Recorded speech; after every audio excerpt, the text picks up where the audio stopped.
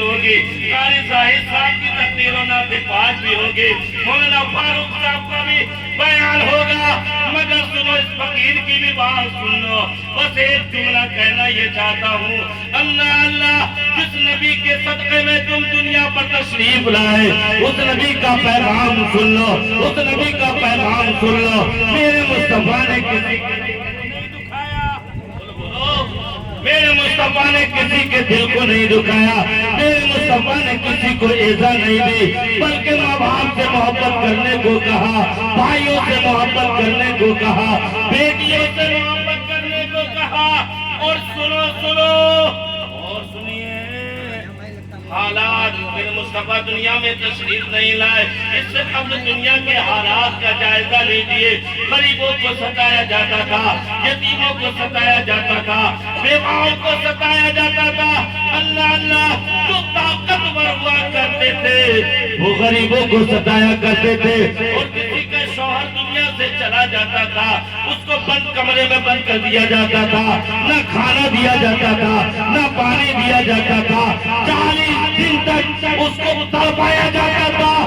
پہلی بار وہ مر جاتی تھی، اگر وہ بچ جاتی تھی تو اس کو گدھے پہ گھمایا جاتا تھا، اور لوگ کہتے تھے یہ وہ منحوس عورت ہے جس کی وجہ سے میرا بیٹا دنیا سے چلا گیا ہے، کوئی کہتا یہ وہ منحوس عورت ہے جس کی وجہ سے میرا بھتیجا چلا گیا ہے، جس کے جیسے رشتے پڑتے تھے لوگ کہتے ہوئے نظر آتے تھے، مگر دیوانوں دعا مولا کی بارگاہ میں کی مولا کوئی ایسا پیغمبر بھیج دے جو ہم بیواؤں کی عزت کو بچا لے۔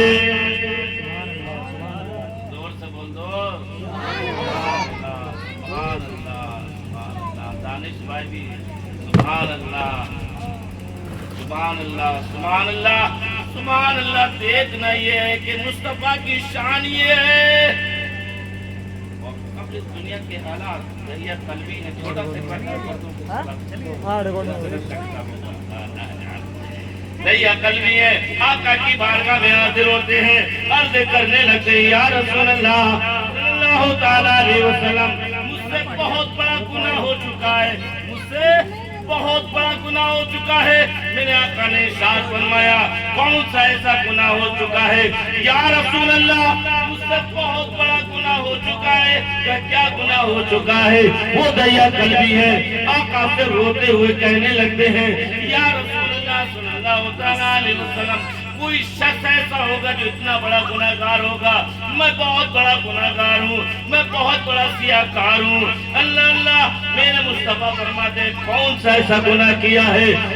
دریا قلبی کہنے لگے یا رسول اللہ صلی اللہ علیہ وسلم ایک قبیلے کا میں سردار رہ چکا ہوں، اس میں جو بیٹی پیدا ہوتی تھی میں اس کو زندہ درگور کروا دیا کرتا تھا، میں زندہ دفن کروا دیا کرتا تھا۔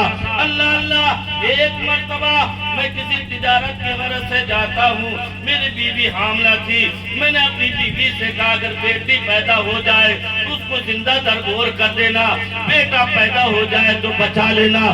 میں چلا جاتا ہوں، کچھ دنوں کے بعد میں اللہ پاک نے بیٹی کو عطا کیا۔ جب بیٹی کو عطا کیا ہے ماں ہوتی ہے، ماں کا دل ہوتا ہے، ماں کس طریقے سے اس کا گلا دبائے، کس طریقے سے پتھروں میں اس کو ڈھکیلے، اس کا دل نہیں کرے گا، بلکہ ہوتا کیا ہے اللہ ماں جیسے ہاتھ چلاتی ہے، ماں تڑپ جاتی ہے، بلک جاتی ہے، اے تو میرا ہی بچہ۔ شاید اسلام